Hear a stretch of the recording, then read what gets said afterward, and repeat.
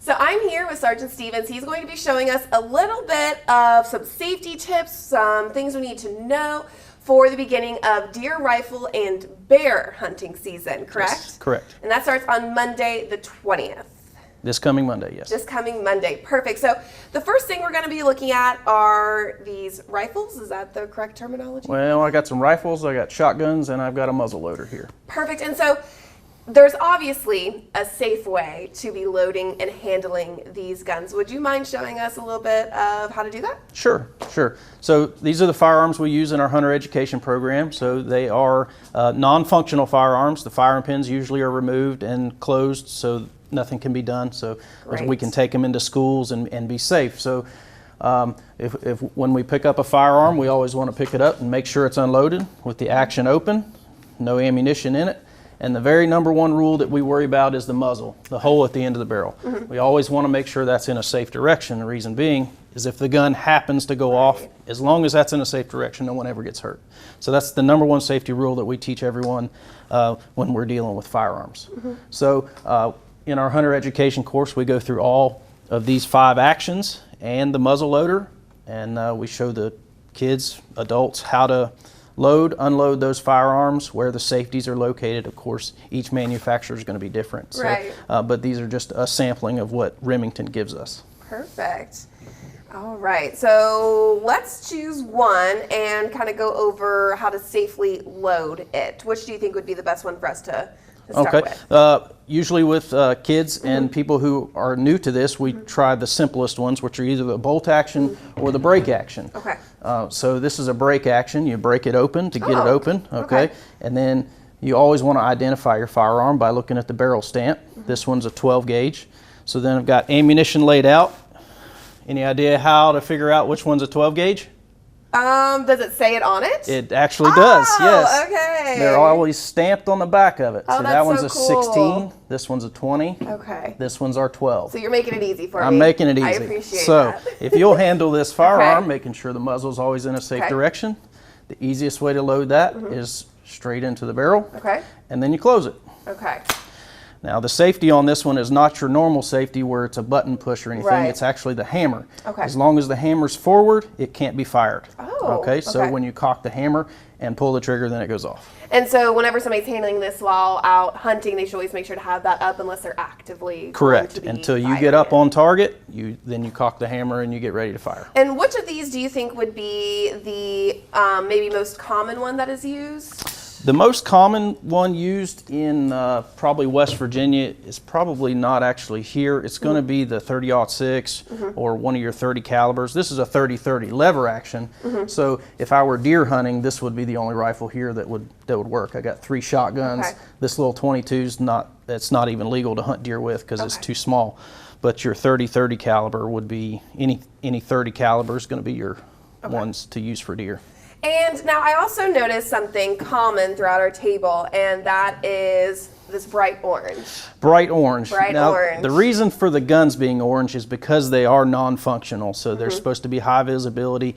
So when we go into a school, they know, hey, we know this is not a real thing. Right. But if we move down the table here, we've got our bright orange vest here.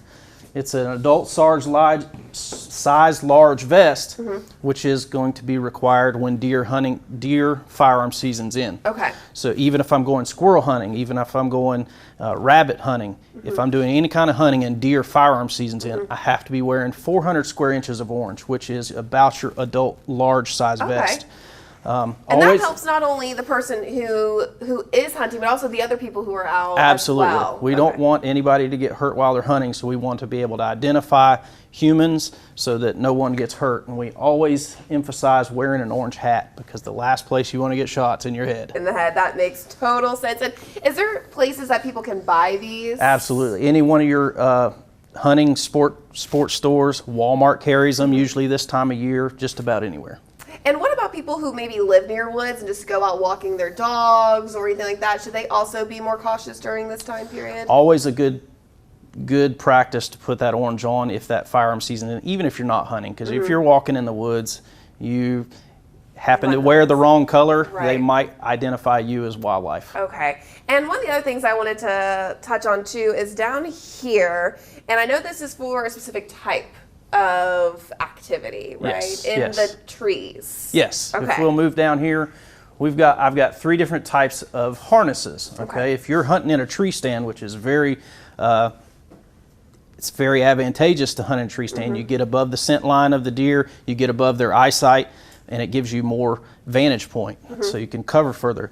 But every tree stand manufacturer, according to the Tree Stand Manufacturers Association, requires every manufacturer to provide one Okay. when you buy a brand new stand. So they come with it. It's usually a 5-point harness. 2 of them go over the shoulder, goes around the waist, and then it goes through the legs. Oh. And Okay. when they're in a ball, they look kind of complicated, but you can also upgrade and get a vest-looking Oh, one. wow. It goes on like a backpack, Yeah. and then comes through your legs and snaps in. Okay. And it also has some extra pockets too, Extra which is pockets. always helpful. Yes.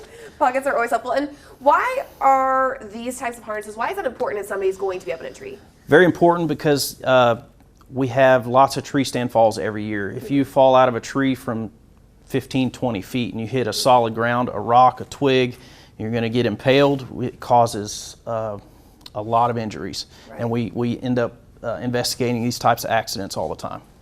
And if, let's say, they don't have one, maybe they've lost it or they're using somebody else's tree stand, is there places that people can go to buy these as well? Most sporting goods stores will carry them. You just want to make sure that they are certified by the Tree Stand Manufacturers Association, TMA. TMA, perfect. And one of my last questions for you is about rules and regulations. So obviously there are certain stipulations that people need to follow if they're going to be out hunting during this time. So is there anything new or different this year than maybe previous years, or just things that people should keep in mind that maybe they tend to forget?